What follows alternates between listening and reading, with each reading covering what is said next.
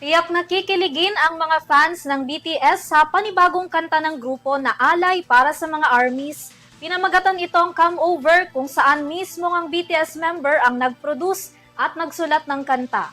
Alamin ang buong detalye ng balita mula kay Sam Martos. Muling naglabas ng panibagong track ang K-pop boy group na BTS bilang bahagi ng vinyl edition ng kanilang album na Arirang.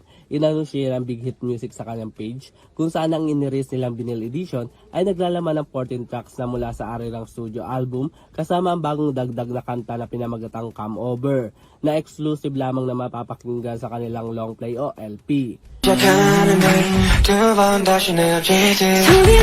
kantang Come Over ay inaalay ng grupo sa kanilang mga fans, lalong-lalo na sa mga ARMY, kung saan kabilang sa mga nag-produce ay si Suga, habang sina RM at J-Hope naman ang sumulat ng nasabing kanta. Matatandaan noong March 20, inirelease ng BTS ang kanilang Arirang album na nanguna din sa number 1 spot sa Billboard 200. Samantala, tuloy-tuloy pa rin ang Arirang World Tour ng BTS, kung saan ang next stop nila ay sa Goyang sa darating na April 9, 11 at 12, 2026. Para sa EuroTV Showbiz Balita, ako si Sam Marto, sumasaludos sa bawat Pilipino.